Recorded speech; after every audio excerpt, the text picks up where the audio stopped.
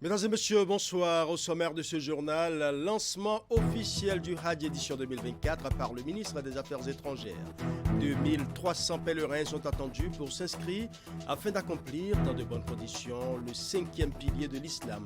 Comme l'année précédente, les frais de participation n'ont pas varié et s'élèvent à 3 500 000 francs CFA. Les détails dans un instant. Nous parlerons également de la deuxième édition des Journées nationales du poisson d'élevage au Bénin-Genapeb. La deuxième étape des manifestations programmées sur 3 jours s'est déroulée dans la commune de Dassa. Ces journées visent entre autres à faire découvrir aux populations les atouts, les opportunités ainsi que les offres de biens et services de la pisciculture. Autre sujet à développer dans ce journal, après Cotonou, Porto Novo dispose désormais de son guichet automatique multiservice MTN. À travers ce guichet, l'opérateur de téléphonie mobile se veut plus proche de sa clientèle de la ville capitale en la rendant autonome pour le dépôt d'argent, de retrait d'argent et même l'achat d'une carte SIM. Voilà pour les titres, mesdames et messieurs. À nouveau, bonsoir. Lancement officiel du Hajj édition 2024 par le ministre des Affaires étrangères. Comme l'année précédente, les frais de participation n'ont pas varié et s'élèvent à 3 500 000 francs CFA. Le quota retenu par le Bénin est de 2300 pèlerins. Faut-il le rappeler, le Hajj est le 5e pilier de l'islam. Nous allons suivre. Face aux membres de l'Union islamique du Bénin et des représentants des sociétés agréées, le ministre des Affaires étrangères, avec à ses côtés ses collègues de la santé et de la sécurité publique, lance officiellement le Hajj édition 2024.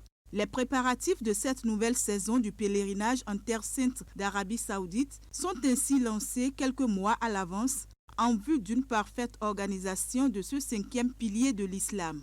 En ce qui concerne l'édition 2024, nous pouvons d'ores et déjà vous informer de ce qui suit. 49 sociétés détiennent l'agrément pour fournir les prestations d'assistance aux pèlerins. Le quota alloué au Bénin par l'Arabie Saoudite est de 4 600. Le quota réaliste que le Bénin s'est fixé et qu'il a annoncé aux autorités saoudiennes est de 2 300.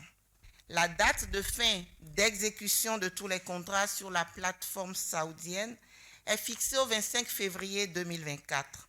La délivrance des visas par l'Arabie Saoudite démarre le 1er mars 2024. Chaque société agréée a déjà été invitée à retirer la convention d'exploitation qu'elle devra signer et qui constitue un engagement au respect du cahier des charges. La mission itinérante de délivrance des passeports aux candidats se déroulera du 14 décembre au 13 janvier 2024.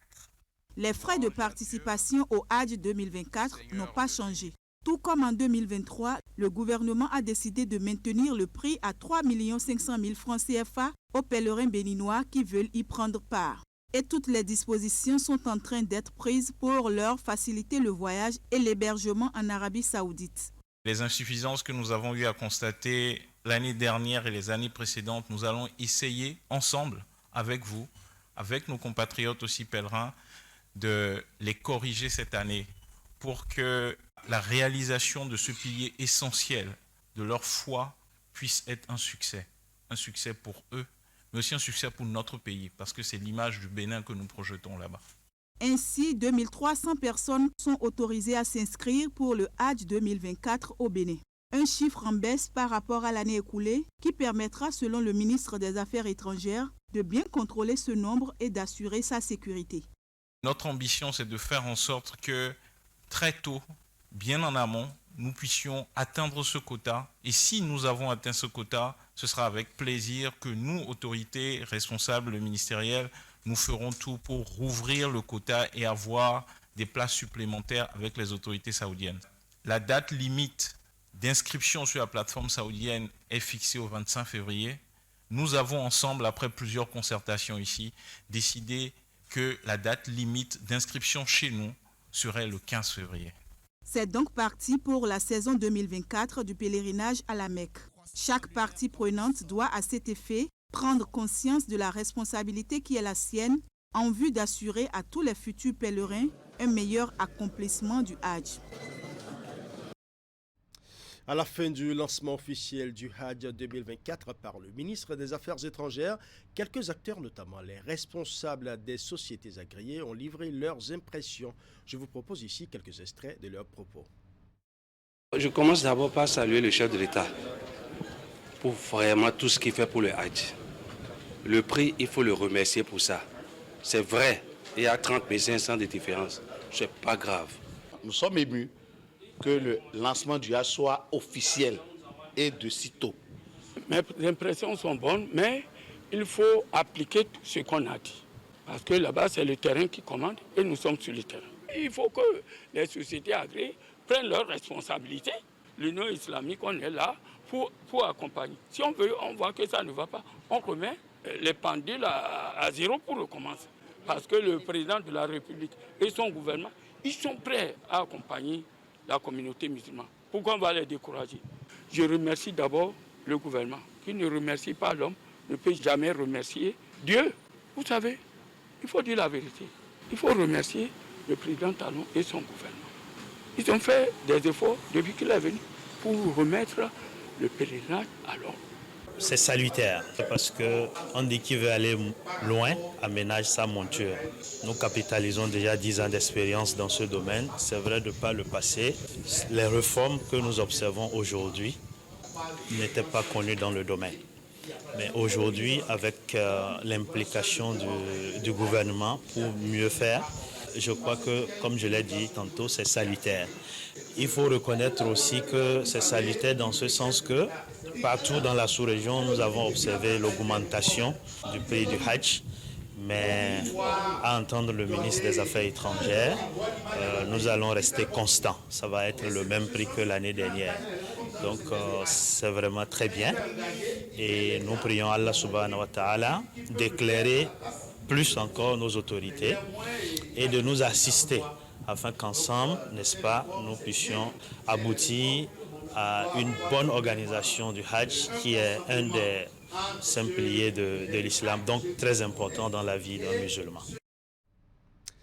Les cadres du ministère de la décentralisation de la gouvernance locale étaient en conclave ce mardi avec les partenaires techniques et financiers du secteur. C'est un exercice d'évaluation à travers la revue sectorielle conjointe au titre des années 2021 et 2022. Les travaux se sont déroulés à Cotonou. Idrissou Boukari pour plus de précisions. Le ministère de la décentralisation et de la gouvernance locale et ses partenaires techniques et financiers évaluent la performance du ministère au titre de l'exercice budgétaire 2021-2022. Le tableau de réalisation affiché ici présente des avancées dans le secteur. À titre d'exemple, le taux d'exécution moyen du plan de développement communal 3e génération est de 62% en 2022. Pour le compte de l'année 2021, environ 70 communes ont enregistré l'augmentation de leurs ressources propres et 42 communes en 2022. À ces chiffres s'ajoute l'amélioration du taux d'encadrement dans la mairie grâce à la qualité des ressources humaines. Des résultats appréciés par la chef de file des partenaires techniques et financiers. Monsieur le ministre, Mesdames et Messieurs, je voudrais saluer votre leadership dans la coordination de la mise en œuvre de ces points d'attention. Les partenaires techniques et financiers réaffirment leur engagement à œuvrer aux côtés du gouvernement béninois pour l'amélioration de la gouvernance territoriale, gage du bien-être des populations locales. Les travaux de cette revue sectorielle se tiennent dans le cadre du dialogue sectoriel avec les différentes parties prenantes. Le ministère de la décentralisation et de la gouvernance locale tient ses engagements vis-à-vis de ses partenaires. La session se tient dans un contexte marqué par la mise en œuvre de la réforme structurelle dans le secteur de la décentralisation. Mesdames et Messieurs, chers participants, je voudrais le réaffirmer ici, avec force et conviction, que les réformes engagées dans notre pays depuis 2021 visent la modernisation des modes d'intervention de l'État en vue d'une efficacité pour la cohésion nationale et le rayonnement économique équilibré de nos territoires. Ces réformes ont introduit un changement important dans l'organisation institutionnelle et sociale de notre pays, dans le but d'apporter des améliorations significatives à chaque Béninois, afin de ne laisser personne de côté d'ici à l'horizon 2030.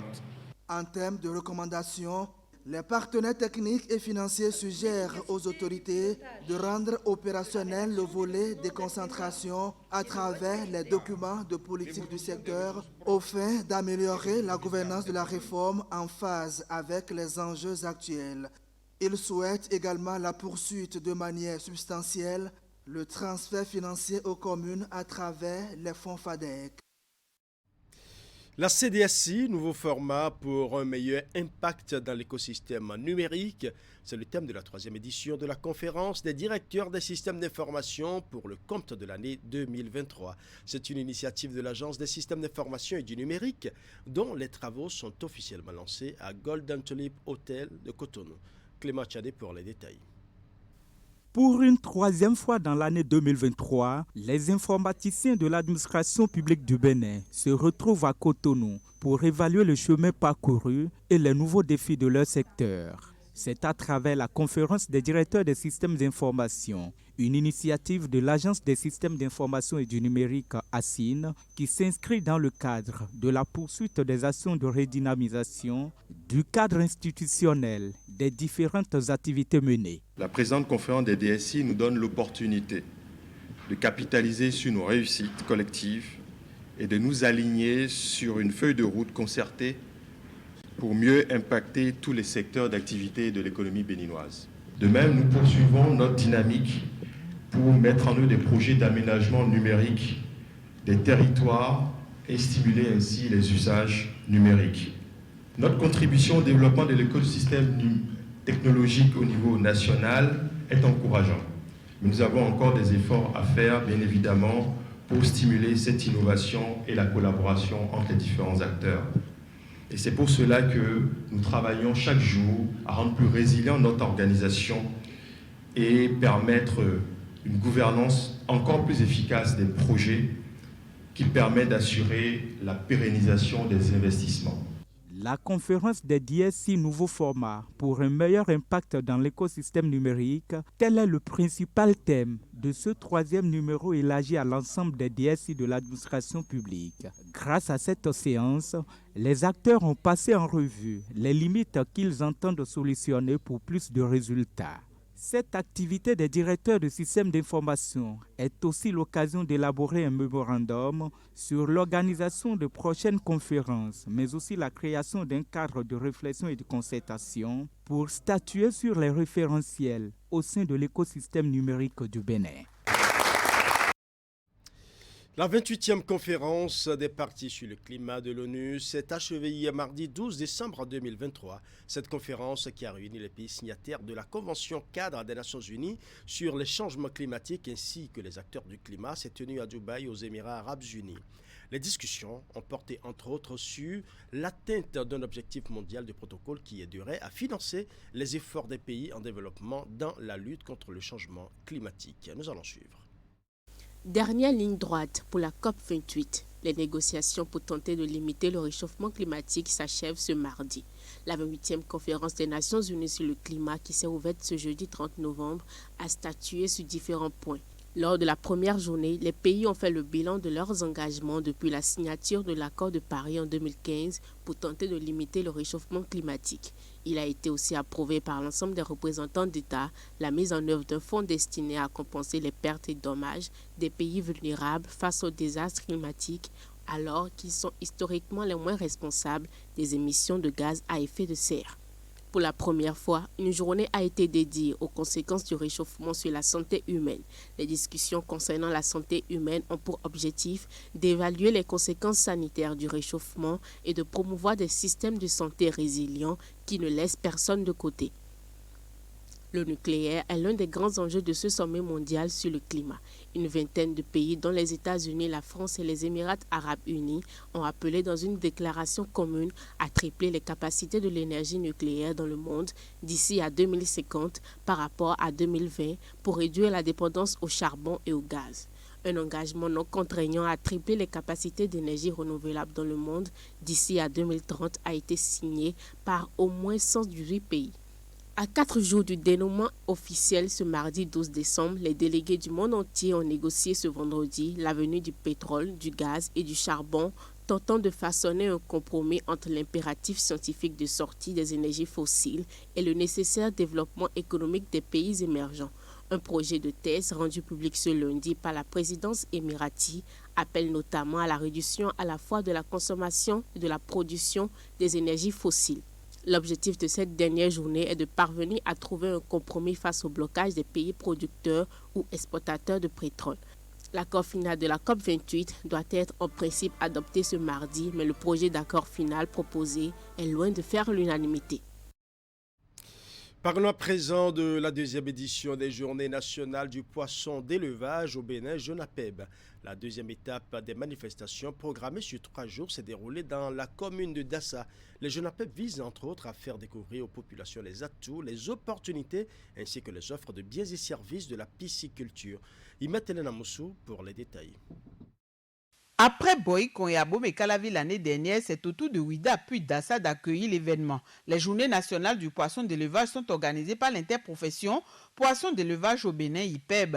Les manifestations ont pour objectif d'informer les participants sur les défis de développement de la filière. Cette année, elles offrent l'occasion de faire le bilan du chemin parcouru et de définir les perspectives. On attend qu'à l'issue de ces journées, les producteurs de cette zone de production puissent mettre sur pied un certain nombre de récapitulatifs des problèmes liés au développement de la filière et qu'on va devoir donc adresser à l'autorité ministérielle et ensuite trouver aussi les solutions que nous pouvons résoudre à notre niveau. Nous souhaitons que la pisciculture soit encore plus visible dans le département des collines, et notamment les actions que le projet du PADISUC est en train de promouvoir en mettant à la disposition des pisciculteurs une subvention aux espaces piscicoles. Pour cette deuxième édition, l'initiative est soutenue par de nombreux partenaires dont le projet d'appui au développement des filières protéiniques PADEFIP. Ce rendez-vous pour débattre de divers sujets mais aussi pour faire découvrir les avancées enregistrées dans le secteur a également pour but de permettre aux acteurs de tisser des liens d'affaires ainsi que des relations professionnelles. Les 3 jours d'activité ont démarré par une conférence inaugurale axée sur la territorialisation de la filière. La territorialisation permet de dire à une aire géographique donnée, voici ce en quoi vous êtes les plus forts. Et si vous développiez cela, vous allez gagner plus et vite. Parce que vos sols et les habitudes culturelles s'y prêtent le mieux. Ce faisant, l'administration des moyens de travail se trouve d'abord ciblée là et le reste se répartit un peu vers les autres qui font l'accompagnement de la zone principale. Placée sous le thème La pisciculture béninoise à l'aide des pôles de développement agricole, bilan, enjeux et défis, l'édition 2023 des JONAPEB a été meublée par diverses activités dont une cérémonie de remise, un lot d'équipements composé de tricycles équipés de bacs aérateurs, de filets, glaciers et balances, de même que de chèques ont été distribués aux pisciculteurs de la zone. Le geste s'inscrit dans la droite ligne de la mise en œuvre de la composante 2 du projet appui au développement et à l'extension de la pisciculture continentale paysanne. Cet élan de générosité a connu le soutien de l'Agence territoriale pour le développement agricole ATDA Pôle 7. Améliorer de manière durable la productivité des filières agricoles et les revenus des exploitations agricoles familiales dans les communes du pôle 4, c'est le principal objectif du projet d'appui au développement des investissements agricoles productifs PADIAP, officiellement lancé ce vendredi 8 décembre 2023. La cérémonie de lancement, couplée avec l'installation des membres du comité de pilotage, s'est déroulée à Parakou et plus précisément au siège de la Fédération nationale des acheteurs des produits agricoles et tropicaux du Bénin. Cérémonie présidée bien évidemment par le ministre de l'Agriculture, Gaston Dossoui. La troisième composante... À travers une présentation détaillée, le coordonnateur du projet, Bertin Tamignon, a exposé les objectifs, stratégies d'intervention, le groupe cible, ainsi que la source de financement du PADIAP. Un projet de 24 milliards de francs CFA prévu pour durer 5 ans, de 2023 à 2028, et qui vise à améliorer de manière durable la productivité des filières agricoles et les revenus des exploitations agricoles familiales dans les communes du pôle 4. Monsieur le Président de la Chambre nationale d'agriculture, et à travers vous, toutes les organisations professionnelles agricoles ici dans cette salle, en vérité, c'est votre fête. En vérité, c'est votre affaire. Car de tout temps, on dit, n'avons pas les moyens, n'avons pas trouvé le financement, n'avons pas trouvé l'accompagnement nécessaire. C'est de l'accompagnement en série et à Congo ici maintenant. Il est question de comprendre la méthode d'application de cette facilité et de s'inscrire dedans. Reparti en 4 composantes, le PADIAP intervient dans le pôle de développement agricole 4, un large territoire qui couvre 16 communes dans 4 départements que sont le Borgou, la Donga, le Zou et les collines. C'est un grand jour pour la municipalité de Parakou, pour son intégration dans la zone d'intervention du PADIAC. Ma joie est d'autant plus grande que c'est Parakou qui abrite ce jour la cérémonie de lancement de ce nouveau projet qui vient combler nos attentes, surtout dans le secteur particulier qu'est l'agriculture. Je voudrais, au nom de mes collègues des autres départements et au mien propre, prendre l'engagement d'apporter tout l'appui nécessaire pour la mise en œuvre efficace et efficiente du PADIAP. À l'arrivée, le projet attend que les acteurs et les actrices de la production et de la transformation des filières agricoles et pastorales et leurs organisations aient accès à des infrastructures, des équipements et à des aménagements structurants, résilients, sécurisés sur le plan foncier, mis en valeur et gérés de manière pérenne. PADIAP est un projet ambitieux par la surface, on a parlé des 16 communes, mais peut-être plus pour l'AFD parce qu'il cherche vraiment à toucher l'ensemble des acteurs de l'investissement agricole du pôle de développement 4. C'est donc avec fierté que l'Union européenne se joint dans ce contexte et dans cette dynamique. En procédant à l'installation des membres du comité de pilotage du projet, le ministre de l'Agriculture les a mis en garde sur l'obligation de réussir la mission à eux confiée. Un invité dans ce journal, nous recevons en plateau Oscar Remagnon. Il est le responsable à Momo Zone Littorale. Bonsoir. Bonsoir, monsieur Eric Gaba. Avec vous, nous allons parler de la promo Momo Ouais, Momo Vivi. De quoi s'agit-il exactement? Alors, d'entrée de jeu, permettez-moi de souhaiter par anticipation bonne fête de fin d'année à tous nos abonnés et à toute la population béninoise. Vous savez, 2023, c'est depuis janvier et on est en train d'épuiser le 12e mois. Je voudrais saisir l'occasion pour dire à nos abonnés que nous sommes vraiment reconnaissants de leur soutien parce que vraiment beaucoup de services ont été lancés durant toute l'année. Ils nous ont accompagnés. Nous avons aussi connu des perturbations. Ils sont restés. C'est le moment de présenter encore une fois à toutes nos excuses, à tous nos abonnés, à toute la population, mais surtout de leur dire que nous sommes toujours là pour eux. Tout le personnel de MTN Momo est engagé et encore plus la direction générale de MTN Mobile Money. Nous sommes là pour eux et nous sommes là toujours pour nos abonnés. Voilà. Et aujourd'hui, une nouvelle promotion, Momo Ouais, Momo Vivi. De quoi s'agit-il précisément? Alors, monsieur Uri Gaba, vous êtes béninois et vous savez que depuis des années déjà, à l'approche des fêtes de fin d'année, MTN Momo ne laisse pas ses abonnés dans le vide. Et vous savez déjà que nous avons, par le passé, attribué des villas à nos abonnés. Certains ont gagné des véhicules de luxe.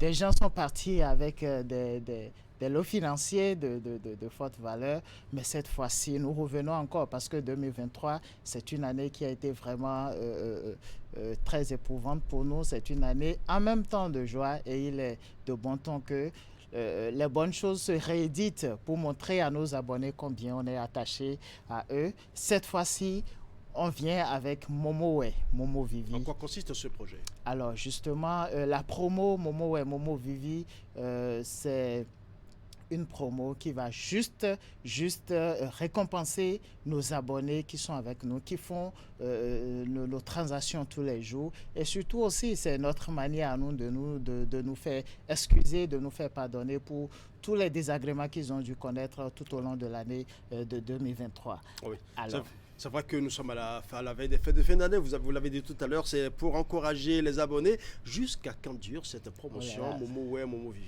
Vous savez, MTN Mobile Money ne fait pas les choses à moitié.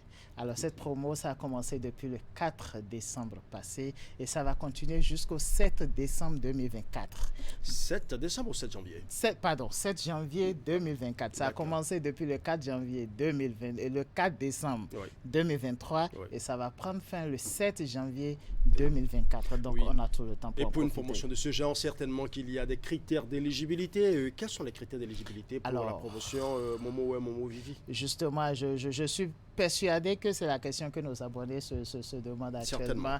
Et je suis aussi convaincu que certains ont déjà commencé à recevoir des messages sur leur téléphone qui leur notifient qu'ils auraient gagné des points, effectivement. Alors, qu'est-ce qu'il faut faire?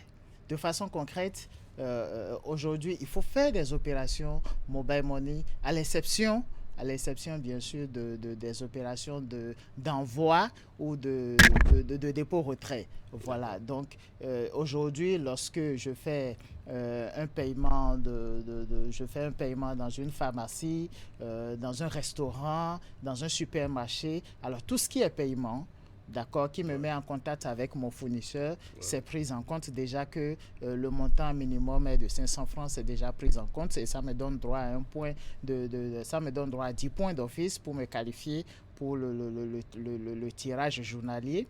Et si je suis habitué à faire des transactions justement en ligne, nos abonnés qui sont habitués à ce type d'opération ne sont pas exclus, ils sont pris en compte.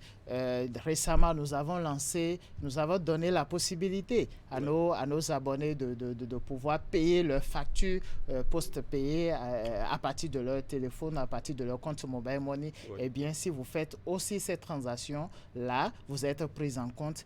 Et naturellement, quand on parle de télécommunications, il y a forcément l'Internet, il y a forcément les crédits d'appel que nous achetons. Et bien entendu, dès que vous faites un achat via Momo, à partir de 100 francs déjà, vous êtes éligible. À partir de 100 francs déjà. Et cette opération vous donne, chacune de ces opérations vous donne droit à 10 points d'office qui vous qualifient à un gain journalier. Alors, monsieur Ulrich, je ne vous cache pas, Momo met la barre très haute cette fois-ci, parce que chaque jour, c'est 100 abonnés qui vont être tirés au sort et qui vont pouvoir gagner 5 000 francs chacun, d'accord? Et en fin de semaine, donc après une semaine, on fera un autre tirage.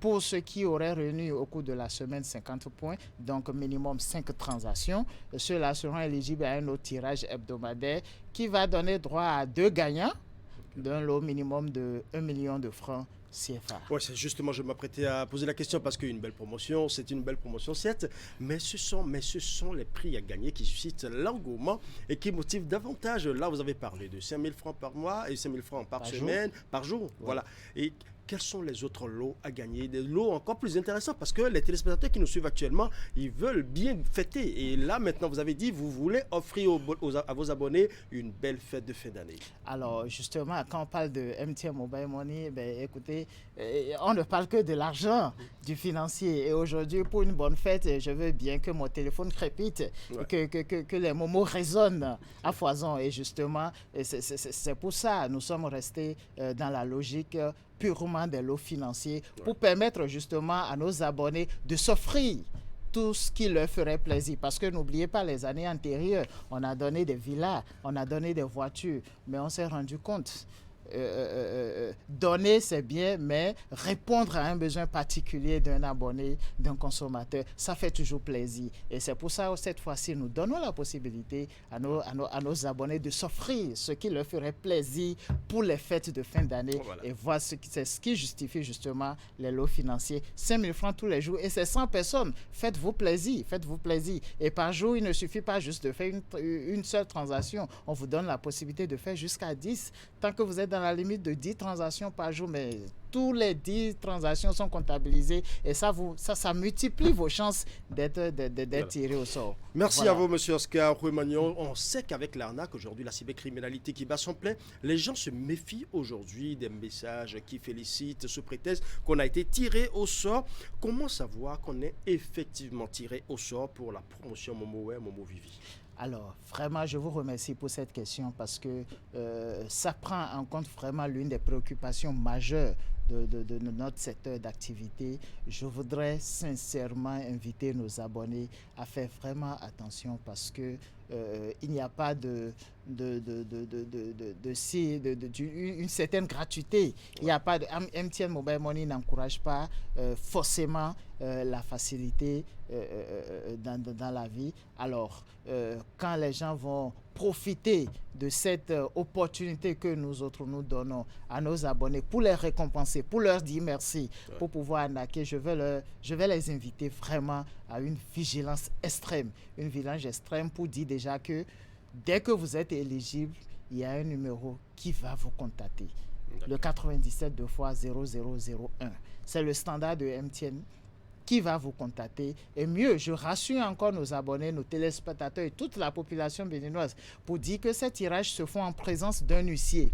Et donc, ces lots, aussi longtemps que ça puisse durer, sont vraiment des lots destinés à nos abonnés. Il n'y a même pas question de se précipiter pour dire si je ne fais pas vite, mon lot va partir. Non, je vous en prie, chers abonnés, chère population, je vous en prie, nous sommes tous des Béninois. Nous avons décidé, MTN Mobile Money a décidé de vous faire plaisir. Nous voulons vraiment que vous en profitiez au lieu d'en avoir des dommages. Et pour cela, prenez votre temps. Le 97 2 fois 0001 vous contactera pour vous notifier votre gain. Et si pas extraordinaire, vous avez encore des doutes, prenez tout votre temps. Votre lot est à vous et il va vous parvenir. Personne d'autre ne pourra s'en procurer. Merci à vous, Oscar Ruemagnon. Je rappelle que vous êtes responsable Momo Zone Littoral. Rapidement, un mot à vos abonnés avant de nous quitter. Je dirais sincèrement merci à nos abonnés pour les 12 mois que nous sommes en train de finir. Ça n'a pas été facile, il y a eu beaucoup de challenges, mais je sais, nous savons, toute la direction de MTN Mobile Money, c'est qu'ils nous ont accompagnés tout au long de l'année. Tout ce que nous demandons, c'est de nous faire confiance, encore confiance, parce que nous sommes disposés, nous sommes disponibles, nous sommes prêts. C'est plus qu'une obligation, c'est plus qu'un devoir pour nous de leur apporter de nouvelles solutions pour leur faciliter leur quotidien, aussi bien de façon personnelle que pour leurs entreprises. Donc, apparemment un mariage avec la population. Exactement. Et la promotion Momo Vivi qui se poursuit jusqu'au 7 janvier 2024. C'est bien ça. C'est bien ça. Voilà. Merci d'être passé sur ce plateau. Je rappelle que vous êtes le responsable Momo Zone Littorale. Restez avec nous pour le prochain élément qui parle également de MTN. Eh bien, chers amis téléspectateurs, en effet, après Cotonou, Porto Novo a désormais son guichet automatique multiservice MTN. À travers ce guichet, MTN se veut plus proche de sa clientèle de la ville capitale en la rendant autonome pour le dépôt de l'argent, le retrait d'argent et même l'achat d'une carte SIM. L'inauguration a eu lieu en présence du maire Charles Nyankoti. Nous allons suivre. Un guichet automatique multiservice estampillé MTN Bénin qui rend désormais le client totalement autonome. À Porto Novo, il a été mis en service ce lundi, non loin de l'hôtel Beau Rivage, précisément au niveau de la station Petro. C'est un guichet qui a plusieurs fonctionnalités, aussi bien les services financiers que les services GSM. Sur ce guichet automatique, vous avez la possibilité désormais de faire des retraits d'argent, d'accord, sans assistance physique. Vous venez, vous tapez votre numéro, on va faire les tests tout à l'heure, et vous tapez le montant, vous retirez comme dans un guichet de banque. Vous avez également la possibilité de faire du dépôt. Vous déposez de l'argent directement, ça se retrouve sur votre compte. Vous avez également la possibilité côté GSM d'acheter de la carte SIM vierge. Parce que l'objectif final pour nous, c'est de pouvoir vous rendre autonome totalement. Vous pouvez acheter une carte SIM vierge pour pouvoir faire un changement SIM après. Et avec le temps, nous allons implémenter d'autres services comme l'enregistrement automatique de votre pièce, la mise à jour de vos données automatiques. Le changement SIM pourra être possible sur le guichet automatique, de telle sorte que le client aujourd'hui n'ait plus besoin d'aller forcément en agence ou encore 24 heures sur 24, il peut venir se servir lui-même. Les premiers clients, dont le maire de Porto Novo, Charlemagne Nyankoti, et son premier adjoint, qui se sont essayés à ce guichet automatique multiservice de MTN, en sont ressortis émerveillés. C'est un plaisir pour nous d'être associés à l'inauguration de ce guichet automatique multiservice à Porto Novo. Et je crois qu'on ne peut que remercier MTN qui, depuis toujours, est en train de penser à comment satisfaire la clientèle. Et dans ce sens, en plaçant un guichet automatique multiservice à Porto Novo et qui est appelé à fonctionner 24 heures sur 24 heures, 7 jours sur 7, ça permet de régler un certain nombre de problèmes, entre autres, et le besoin de s'approvisionner en sous à une heure tardive, au moment où les petits serviteurs sont déjà endormis. Et c'est très bon, c'est très bon. On remercie MTN. On remercie MTN et que Dieu les accompagne dans leur business. Nous invitons les populations de Porto Novo à pouvoir l'utiliser. Et ce service est disponible à tout moment et à toute heure de la journée, que ce soit le dimanche, que ce soit le lundi, vous avez accès à tous nos services. Nous vous remercions pour votre fidélité et nous continuerons à faire davantage pour améliorer la qualité de nos services et être toujours prêts pour vous et près de vous. À travers ce nouveau service, MTN Bénin se rapproche davantage de sa clientèle de Porto Novo qui désormais 24 heures sur 24 peut retirer de l'argent, déposer de l'argent ou acheter une carte SIM. C'est devenu une tradition pour les femmes membres des associations villageoises d'épargne et du crédit de célébrer leur fête annuelle. Elles se sont mobilisées une fois encore autour de Alassane Ouourou Karimou, directeur exécutif de P-Maridel ONG, pour marquer une journée récréative et en profiter pour faire le bilan des actions menées. Ces retrouvailles de Toko Toko dans la commune de Djougou interviennent après celle de Aoro à Basila. Nous allons suivre.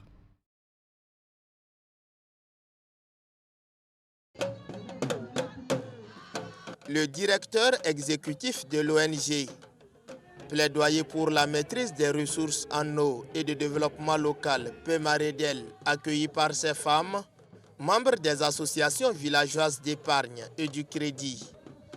Alassane Ouourou Karimou a fait le déplacement de Toko Toko dans la commune de Djougou pour célébrer avec faste la fête annuelle qu'il dédie à ces femmes rurales.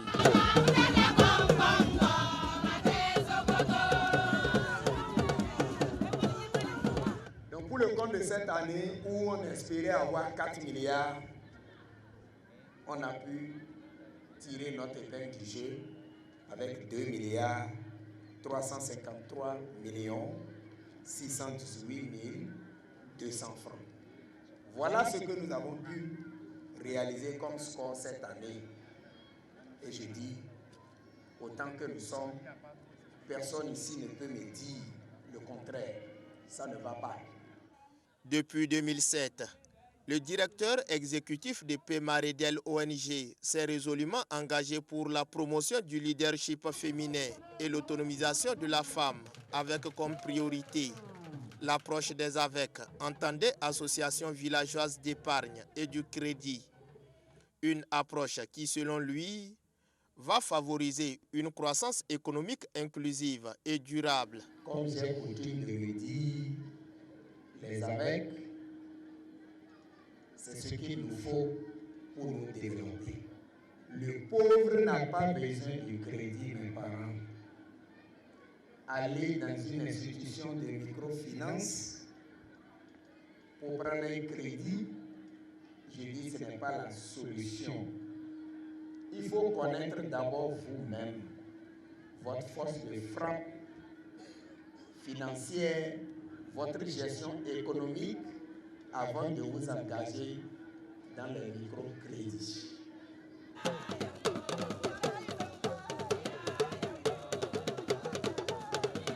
Le rendez-vous de Toko Toko a été l'occasion pour les différents intervenants qui se sont succédés au pupitre de décerner un satisfecit à Alassane Ouourou Karimou, dont l'ONG fait partie des structures qui contribuent au développement local. C'est donc à juste titre que l'honorable Abdoul Malik Gomina et Mireille Biao ont accepté d'apporter leur caution pour la réussite de cet événement. Je voudrais aussi remercier le directeur de Pémaridel pour ce que vous avez fait depuis 12 ans avec nos mamans, nos femmes, nos sœurs.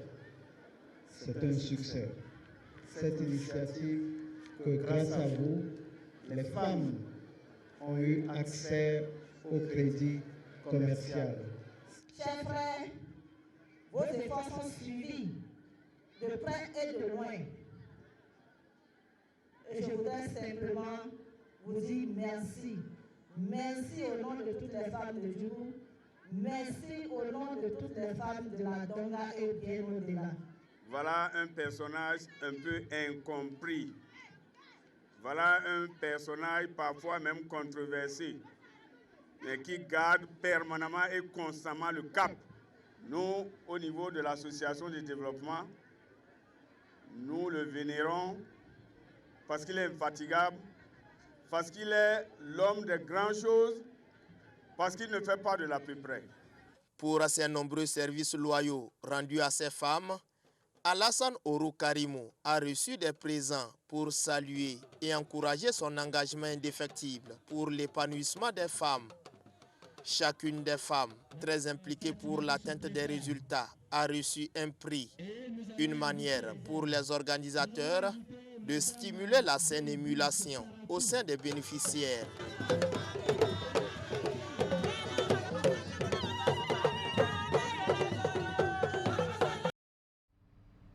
Voilà, ce sera tout pour ce journal. Merci pour votre aimable attention. Bonne soirée à chacun et à tous.